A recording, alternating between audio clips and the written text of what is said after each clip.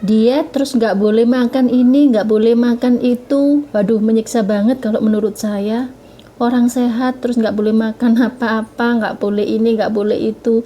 Sementara kalau yang sakit itu mendambakan badannya sehat, bisa makan apa aja, bebas sehat.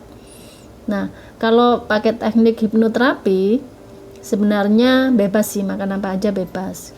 Karena seperti bola ditekan dalam air kolam, semakin ditekan semakin melawan, atau semakin ditekan maka tekanan itu balik menekan ke atas.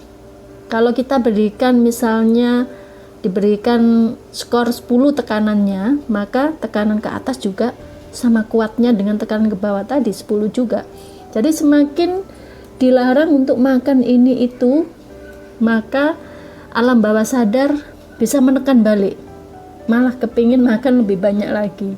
Biasanya kalau makan pagi, makan jajan gitu ya, udah cukup. Begitu ada niatan diet, makan kue 2 biasanya udah cukup. Begitu ada niatan diet, nggak boleh makan ini, nggak boleh makan itu, ternyata makannya lebih banyak, karena memang dorongan untuk makan itu semakin tinggi. Semakin dilarang, alam bawah sadar ternyata belum klik, belum setuju, maka dia semakin ingin makan lebih banyak lagi. Wah, bahaya dong.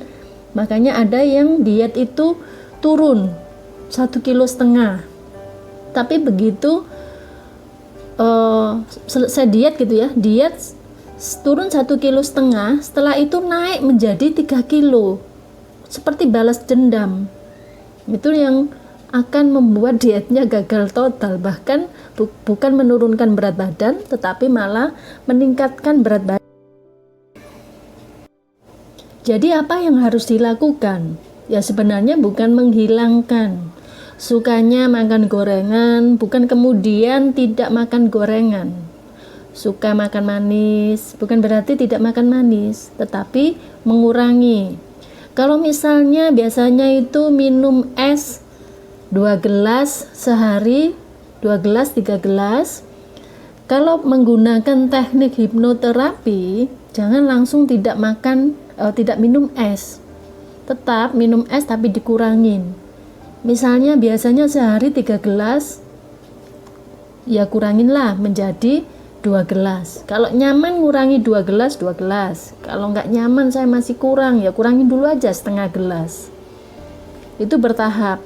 Kemudian nanti berapa hari saya harus mengurangi senyamannya. Kalau misalnya 2 hari tanpa ada rasa dipaksa ya, 2 hari, 3 hari sudah ngerasa nyaman, besoknya lagi dikurangin menjadi 2 gelas. Terus begitu seterusnya sampai akhirnya tidak minum manis, tidak minum gelas, tapi kok tidak minum gelas sih, tidak minum es, meski es manis meskipun 1 gelas, cukup dengan air putih dan ada rasa nyaman, tidak ada perasaan kehilangan, kok saya nggak enak ya nggak minum es, nggak ada rasa seperti itu. Kalau memang benar-benar nyaman berarti sudah oke. Itu untuk apa yang diminum gitu ya. Jadi mengalihkan kebiasaan minum es manis diganti dengan air putih bertahap.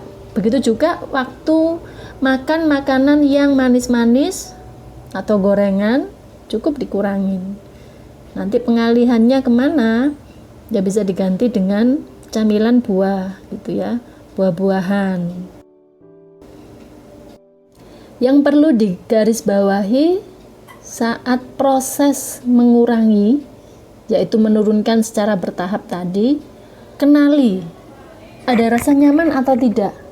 Kalau di situ masih ada rasa mengganjal, ada rasa atau ada rasa yang berapi-api, ya saya bisa langsung, saya nggak usah bertahap deh, saya langsung. Tapi habis gitu kok rasanya nggak enak gitu, itu berarti nggak nyaman, tahapannya kurang halus.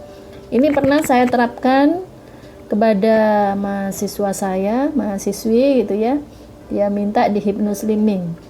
Sebenarnya sesinya waktu itu konsultasi dulu coach gitu ya, dengan ngobrol-ngobrol dengan saya, itu saya pandu, kurangin, masih pada proses kurangi, belum pada proses relaksasi ya. ketemu saya insya Allah waktu itu 3 kali.